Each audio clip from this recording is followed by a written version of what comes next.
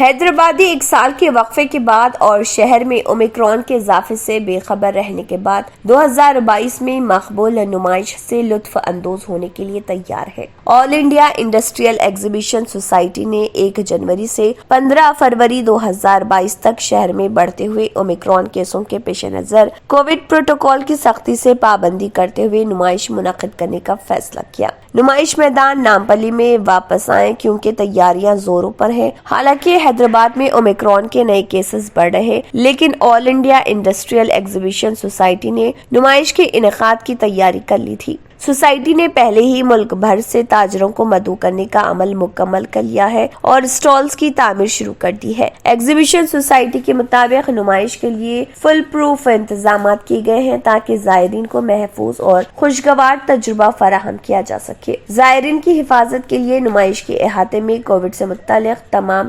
احتیاطی تدابیر پر سختی سے عمل کیا جائے گا۔ سوسائٹی نے گیٹ کھولنے سے پہلے نمائش کے پورے احاطے کو روزانہ سینیٹائز کرنے کا فیصلہ کیا ہے۔ نو ماسک نو انٹری پر سختی سے عمل کیا جائے گا۔ نجی اسپتال کی مدد سے آنے والوں کے لیے صحت کی خدمات فراہم کی جائیں گی۔